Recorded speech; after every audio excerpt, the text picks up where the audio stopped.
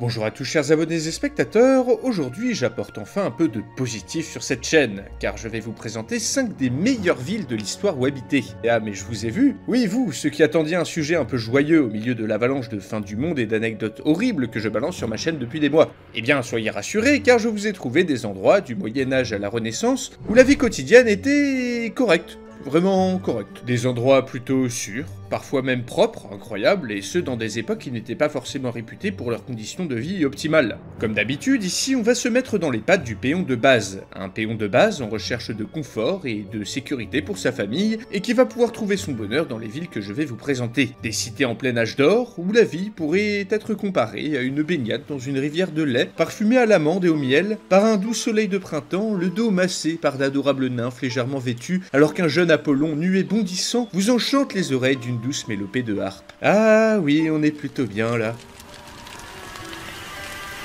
Bon bref, j'abuse comme d'hab, car il faut savoir que même si les villes qui vont suivre étaient sûrement les meilleurs endroits où vivre de leur époque, les pinacles du développement humain de leur siècle, elles n'étaient bien sûr pas totalement épargnées par la pauvreté, la misère, les violences ou les maladies, car aucune ville ne l'a jamais été, même aujourd'hui. D'ailleurs, peut-être bien qu'un de vos ancêtres a vécu aux endroits que je vais vous présenter, et comment le savoir? Eh bien, figurez-vous que j'ai une solution pour vous, grâce au sponsor du jour, le site de généalogie MyHéritage. MyHéritage, c'est en gros un site qui permet de créer votre arbre généalogique très rapidement et intuitivement. Vous avez juste à entrer le nom de vos parents, grands-parents, ainsi que leur date de naissance, et c'est parti. Le site va scanner pour vous une quantité énorme de registres officiels, d'actes de naissance, etc. Va aussi comparer votre arbre avec d'autres arbres du site, et ainsi vous suggérer l'ajout de nouvelles personnes via la fonction Smart Match. Il est très simple de trouver et d'ajouter des personnes à votre arbre, sans mentir, je me suis plutôt pas mal pris au jeu, et à force d'ajout, de validation de correspondance et d'un peu d'aide de ma famille pour remonter encore plus loin, j'ai réussi à avoir 315 personnes dans mon arbre et j'ai appris pas mal de trucs.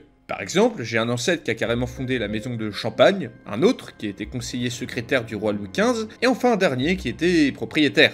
Attends, quoi? Et aucun d'entre eux n'a dépassé 55 ans. Ouais, c'était pas facile à l'époque. Et vous avez qui comme ancêtre stylé? Avez-vous un propriétaire parmi eux? J'en doute, mais prouvez-moi que j'ai tort, et un des moyens de le faire, c'est d'utiliser ce site. Vous pouvez également personnaliser la fiche descriptive de vos aïeux en y mettant à peu près tout ce que vous voulez, et MyHéritage propose une fonction de restauration et de colorisation de vos vieilles photos, si vous en avez. Si vous êtes intéressé, le lien dans la description et le commentaire épinglé vous permettra de vous inscrire et de bénéficier d'un essai gratuit de 14 jours. Enfin bref, retour à la vidéo qui sera bien entendu un classement purement personnel et subjectif. Rappelez-vous qu'il n'y avait pas moyen de savoir comment c'était vraiment à l'époque, donc je me suis basé sur des vieux documents, des comptes rendus de voyageurs, des études, etc. qui, gardez-le à l'esprit, étaient parfois enjolivés. D'ailleurs, n'hésitez surtout pas à mettre en commentaire des suggestions de villes qui pourraient avoir leur place dans ce classement. Et maintenant, plongez-vous gracieusement dans cette douce rivière de lait au miel et laissez-vous porter par la douceur de vie des villes qui vont suivre en commençant par... Numéro 5, Tenochtitlan.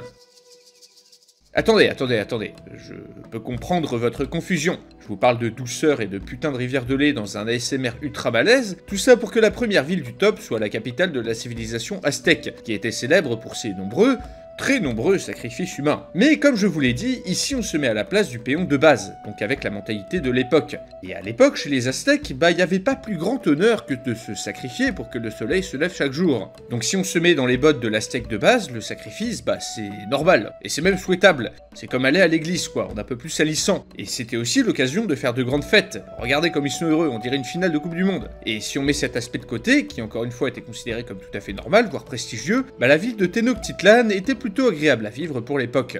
On parle d'une ville déjà très active commercialement, avec un marché 2 fois plus grand que celui de Séville à la même époque. On parle d'une population de 200 à 300 000 habitants ayant accès, et ça c'est assez rare même aujourd'hui, à de l'eau minérale importée par aqueduc directement depuis les montagnes, permettant aux Aztèques de boire une eau fraîche, de se baigner 2 fois par jour, et de maintenir leur ville dans un état de propreté que les grandes villes européennes de l'époque n'auraient même pas pu concevoir. Car il y avait un service propreté, 1000 personnes dédiées à nettoyer les déchets dans les rues, favorisant ainsi un environnement sain, avec peu de maladies. Ici on ne jetait pas son caca dans la rue, on allait dans des latrines publiques dont le contenu était ensuite transformé en engrais, qui allait alimenter un système de culture très original et très productif, d'où le relatif faible nombre de famines. De nombreuses échoppes proposaient donc pour toutes les bourses les spécialités de la cuisine aztèque, tortillas, fourrés, tamales, chocolat, maïs, le tout arrosé d'une bonne dose de piment. Un régime sain, varié, presque sans carence, qui était garanti à presque tout le monde grâce à l'insolente prospérité de la ville. Et d'après ce que j'ai vu, même les esclaves étaient relativement bien traités. et pouvaient devenir libres s'ils prouvaient avoir été malmenés par leur maître. En fait, si on compare Tenochtitlan au Paris de la même époque, la différence saute aux yeux. Certes, la capitale aztèque n'était pas exempte de voleurs, prostituées, bandits, mais c'était tout de même une ville très propre, et gérée de manière bien plus durable que la capitale française. Et je ne vous ai pas parlé des immenses et magnifiques jardins de la ville, érigés à la gloire de l'empereur. Aujourd'hui, le Mexique a remplacé l'empire aztèque, et la ville de Mexico a été bâtie sur les ruines d'une des villes les plus prospères ayant jamais existé. Numéro 4. Amsterdam.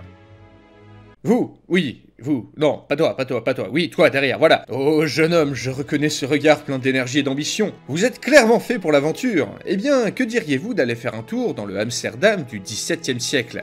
La ville la plus riche d'Europe, une cité en plein âge d'or économique au cœur du réseau commercial le plus dense au monde, une capitale pleine d'opportunités pour les gens de rien, où un paysan avec une bonne idée peut devenir riche, en plein milieu d'une Europe à la mobilité sociale inexistante. Oui, toi et moi allons faire de grandes choses, je vois la flamme qui brille dans tes yeux, l'énergie indomptable qui t'anime. Pourquoi ne pas tenter ta chance dans les très nombreuses banques et les bourses de la ville, permettant à un immigrant un peu éduqué d'acquérir une position très bien payée dans l'énorme secteur de la finance locale. Ah, vous ne savez pas lire ? Eh bien, ce n'est pas forcément très grave. L'éducation dans le Amsterdam de l'âge d'or était disponible pour les pauvres, grâce à des écoles publiques, faisant de cette population la moins analphabète d'Europe. En 1680, c'est 70% des hommes et 44% des femmes qui savent lire et écrire. Ici, même les paysans et les ouvriers disposent d'un revenu plus haut, ainsi que de conditions de vie bien meilleures qu'ailleurs. Un habitant sur 3 est un immigrant, car la richesse de la ville attire tous les ambitieux d'Europe, ce qui pousse les autorités de la ville à mettre en place une planification urbaine méthodique qui aère les rues, améliore les logements et fait de la ville un endroit très joli et confortable où prendre un petit appartement. Qu'importe que vous soyez catholique, juif ou protestant, car ici tout le monde est toléré et vit en bonne intelligence, fait encore une fois exceptionnel en Europe. Bourgeois, artisans, marins, banquiers, ouvriers ou paysans, le travail ne manque pas, et la mentalité protestante permettait à tout un chacun de creuser son trou dans une ville en plein développement économique. Attendez, quoi ? Ah, mais vous êtes une femme. Toutes mes excuses. Vous savez, au XXIe siècle, on n'est plus sûr de rien. Eh bien, sachez, magnifique demoiselle, que dans cette ville, même si les femmes restaient souvent cantonnées à la maison, elles jouissaient d'une liberté sans pareille sur le reste du continent. Ces mesdames pouvaient tenir des commerces, voire de riches entreprises, pouvaient même jeter publiquement la honte sur un mari un peu trop volage, tandis que les jeunes célibataires disposaient généralement d'une grande liberté dans le choix de leurs époux. Je rajoute que si vous vous sentez une fibre artistique ou scientifique, Amsterdam au XVIIe siècle ne peut pas être un meilleur endroit où vivre. Rembrandt, Huygens, Descartes, Hobbes, Locke, Spinoza, les recherches défiant les dogmes et les certitudes étaient non seulement autorisées, mais encouragées par les autorités locales, en faisant un refuge pour de nombreux intellectuels.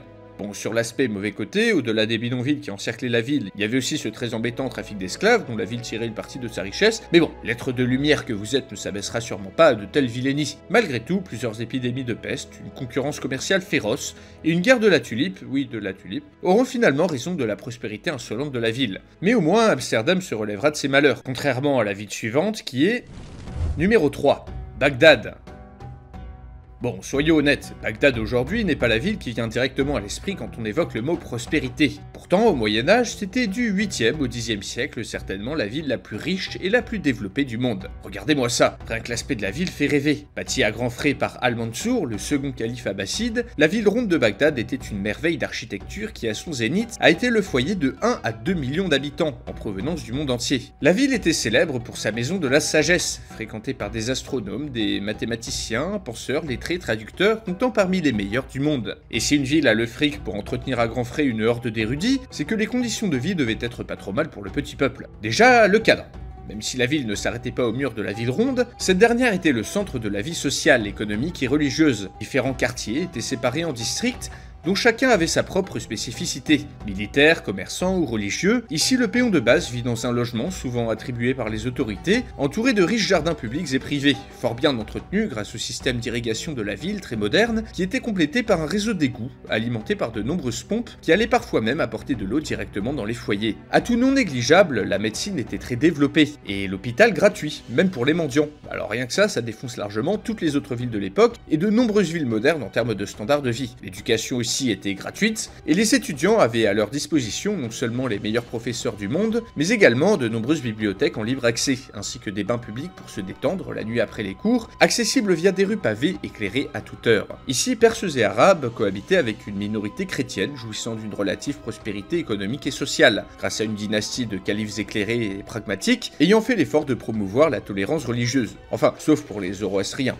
Et si personne se souvient d'eux, c'est qu'il y a peut-être une raison. Centre d'un immense empire, Bagdad était également la destination d'énormes quantités de marchandises exotiques. La soie, la porcelaine, les épices ou les vêtements utilisés par les habitants reflétaient donc la prospérité de la ville. Mais un déclin commercial progressif ruinera l'harmonie qui règne parmi la population. Dès que la situation se dégrade vers la fin du Xe siècle, les communautés commencent à se déchirer entre elles, surtout entre chiites et sunnites pour changer, ce qui fera encore plus décliner la ville. Déclin qui sera parachevé en 1258 par l'arrivée de Mongols très vénères qui mettront Bagdad à sac, la raseront entièrement, grande bibliothèque inclus, et massacreront la plus grande partie des habitants dans un carnage abominable qui aurait laissé le fleuve Tigre rouge de sang durant plusieurs jours. Ah, je vous avais dit que c'était la vidéo de la joie et de la positivité. Numéro 2, Vijayanagara. Et voici encore une ville qui fait bien rêver. Bienvenue dans la ville de la Victoire, la capitale d'un immense empire ayant régné de 1336 à 1565 sur une bonne partie du sous-continent indien. Bastion de la culture hindoue, rempart contre les invasions musulmanes venant du nord, cette cité recelait des merveilles au-delà de toute conception, ayant impressionné de nombreux visiteurs venus d'Europe ou d'Orient. 500 000 personnes vivaient dans ce que le portugais Paes décrit comme une ville superbe, aussi grande que Rome, parsemée de canaux, de petits lacs et de vergers, bouillonnant d'une activité intense centrée autour de grands bazars, se tenant dans d'immenses galeries surmontées de superbes arcades ouvragées. Une ville prospère qui ne manque de rien, siège d'une culture riche et raffinée. Dans cette ville, en effet, la vie était centrée autour de la religion, de la littérature et de l'art. Les différentes castes qui composaient la population vivaient chacune dans des quartiers spécifiques, avec leurs propres temples et leurs propres assemblées, où même les femmes et les castes inférieures avaient voix au chapitre. Et ici, selon votre classe, un logis plus ou moins grand vous était attribué. Un luxe qui fait sûrement de Vijayanagara la ville avec le moins de SDF de ce classement. La ville tire tout d'abord sa prospérité de son agriculture, desservie par un complexe réseau d'irrigation, rendant la population totalement autosuffisante. Réservoirs d'eau, barrages, dispositifs anti-érosion des sols, certains vestiges de ce réseau construit par les Indiens de ces temps reculés sont encore aujourd'hui utilisés par les Indiens modernes, témoignage de leur fiabilité même après plusieurs siècles. L'administration de la ville était aussi réputée pour être particulièrement efficace, un peu chiant si on veut éviter de payer des impôts, mais très pratique pour se faire rapidement attribuer un logement ou pour trouver du travail auprès des nombreuses guildes d'artisans de la ville. Et malgré le système de caste, il était tout de même possible pour le paysan de base un peu motivé de monter en grade en se distinguant à la guerre ou en aidant grandement la ville dans n'importe quel domaine. En fait, la vie sur place n'était pas exempte de problèmes, loin de là, mais paraissait paisible et agréable pour l'époque. Et les divertissements ne manquaient pas. La lutte, féminine comme masculine, était particulièrement populaire. Une bonne manière de se détendre après le boulot en dégustant un bon pain de haricots aux épices, confortablement assis sur des sièges de terre cuite en compagnie de vos enfants. Moi, j'appelle ça la belle vie. Numéro 1. Chang'an. Chang'an, la capitale de la dynastie Tang, une ville un peu différente des autres que j'ai présentées, car celle-ci était en grande partie peuplée par les érudits, étudiants et les fonctionnaires de l'Empire chinois, formant une population très privilégiée par rapport au reste du pays. Chang'an, dont le nom en français veut dire paix perpétuelle. Ah oui, la paix perpétuelle, c'est plutôt un concept sympa. Un nom dont seuls les Chinois ont le secret et qui au final est très cohérent avec l'ambiance de cette ville, car celle-ci est sûrement la plus sûre et sécurisée de ce classement. De forme carrée, très organisée, Chang'an possédait des rues et des bâtiments gigantesques, des allées pouvant parfois faire 200 mètres de large, imaginez un peu, le tout peuplé par une population plutôt aisée et très peu agitée d'environ 1 million de personnes. Derrière les murs d'enceinte, de larges canaux apportaient de l'eau et des marchandises aux habitants, venant alimenter d'immenses marchés vendant des produits qui, fait rare pour l'époque, étaient soumis à des contrôles de qualité stricts et réguliers. Une ville remplie de temples, de théâtres et d'universités, quadrillée par une garde nombreuse et bien équipée faisant régner l'ordre dans la ville, et patrouillant les rues à partir du couvre-feu qui était imposé chaque soir, une des principales raisons de la sûreté ambiante. Une ville où n'importe qui ne pouvait pas rentrer, ce qui limitait la pauvreté en la contenant à l'extérieur, mais où les conditions de vie étaient incomparables une fois à l'intérieur. Comptez plus les occasions de faire la fête, et les fonctionnaires impériaux bénéficiaient de nombreux jours fériés, voire souvent de vacances, qui encore aujourd'hui étaient très loin d'être garanties à tous. Carnaval, fête de la lanterne, Nouvel An, fête des bateaux dragons ou encore festival de la nourriture froide, on a l'impression que ces célébrations prenaient la moitié de l'année tant la liste est longue. Des fêtes débridées, où de grandes quantités de nourriture étaient consommées et où d'immenses wagons chargés d'acrobates parcouraient la ville pour impressionner la foule et l'empereur. Une ville ayant l'air d'avoir été particulièrement agréable à vivre et où le sport national était un ancêtre du football, le kuju, joué à l'aide d'une balle en cuir embourrée de plumes. Mais cette période bénie ne dura qu'un temps, car comme toutes les autres, Shangan finit par décliner puis fut mise à sac lors d'une rébellion qui mit fin à cette très regrettée paix perpétuelle. Et j'espère que vous avez apprécié le concept de cette vidéo. Encore un grand merci à MyHeritage pour avoir sponsorisé ce sujet. Si vous êtes intéressé pour découvrir votre généalogie, le lien dans la description et le commentaire épinglé vous permettra de vous inscrire et de bénéficier d'un essai gratuit de 14 jours. Et en attendant, chers abonnés et spectateurs, on se dit à la prochaine pour une nouvelle vidéo.